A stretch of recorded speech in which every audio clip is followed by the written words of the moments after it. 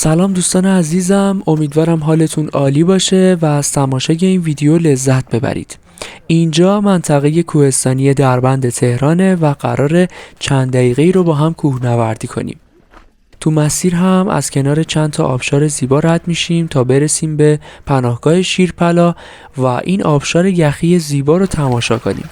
با من همراه باشید و لطفاً برای حمایت از من ویدیو رو لایک و چنل رو سابسکرایب کنید.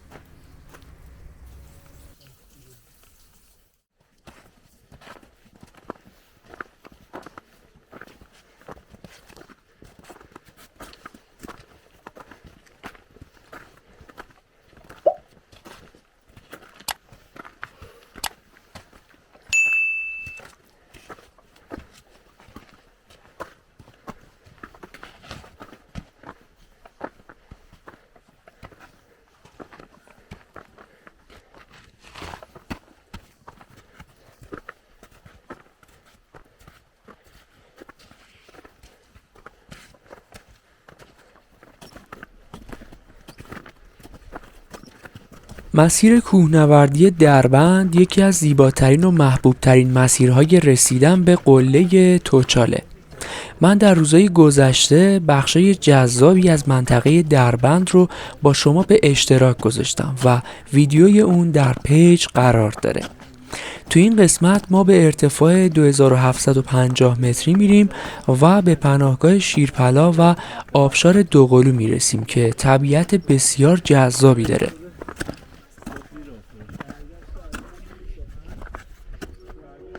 این منطقه به کافه رجب معروفه که یک کافی شاپ بین راهی برای استراحت کوهنوردانه.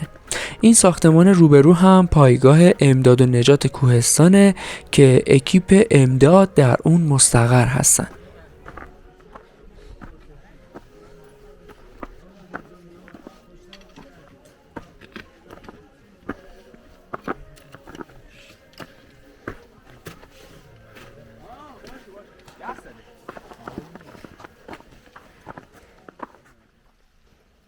این قسمت سخت‌ترین قسمت مسیر کوهنوردیه، خصوصا فصل زمستون، چون باید از مسیر سنگی عبور کنید. البته همونطور که میبینید با کابل و طناب ایمنسازی شده و کمی توی بالا رفتن کمک میکنه.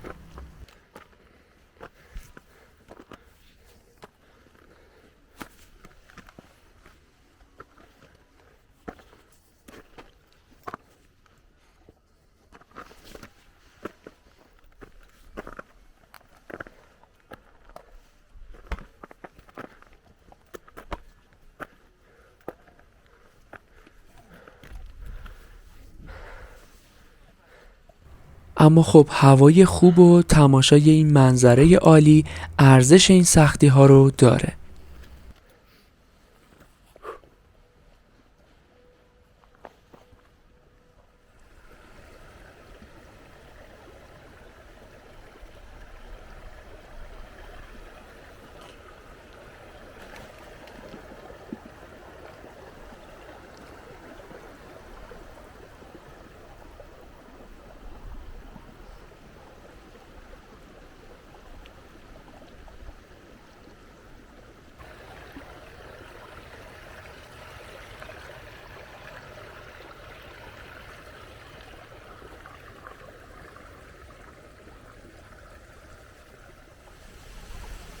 توی مسیر تعداد زیادی آبشار هست که تو این فصل به خاطر سرمای زیاد کاملا یخی میشه.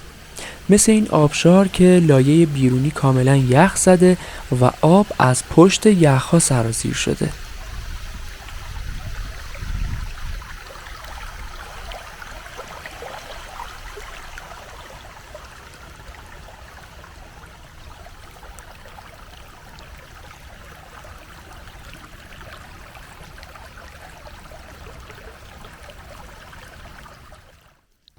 یا این آبشار فوق‌العاده که دقیقاً کنار پناهگاه شیرپلا قرار داره و به زیباترین شکل یخ بسته.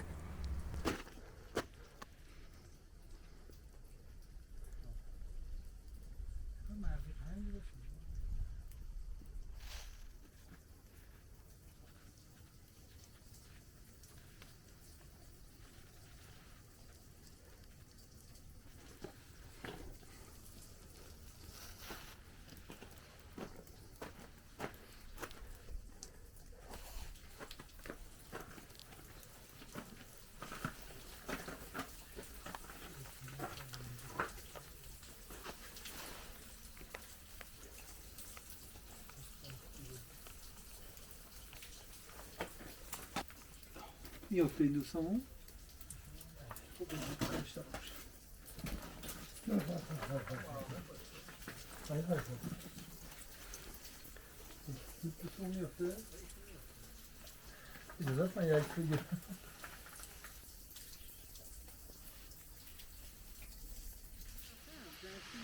این هم آبشار دوقلوه که در ارتفاع 2660 متری قرار گرفته.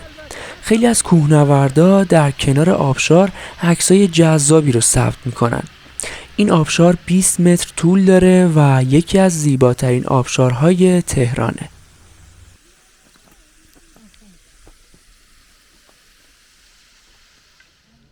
اینجا هم پشت بام پناهگاه شیرپلاه که برای استراحت کوهنوردا ساخته شده.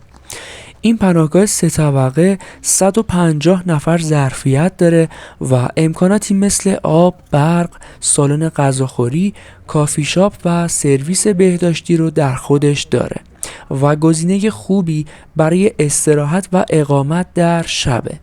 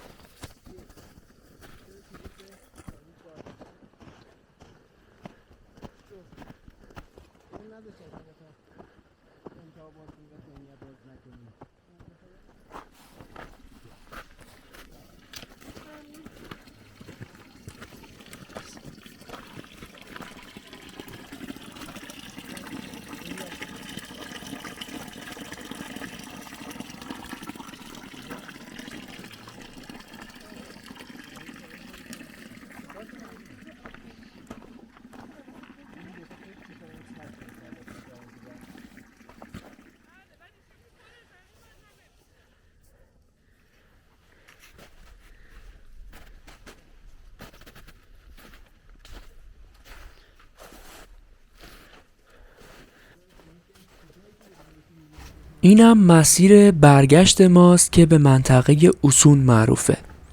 اگه به تهران سفر کردید حتما به منطقه دربند بیاید و از طبیعت و هوای فوق‌العاده اون لذت ببرید. ممنون که از من حمایت میکنید. اگه به ویدیوهای سفر و پیاده روی علاقه دارید لطفاً چنل رو سابسکرایب کنید تا با هم به نقاط گردشگری بیشتری سفر کنیم.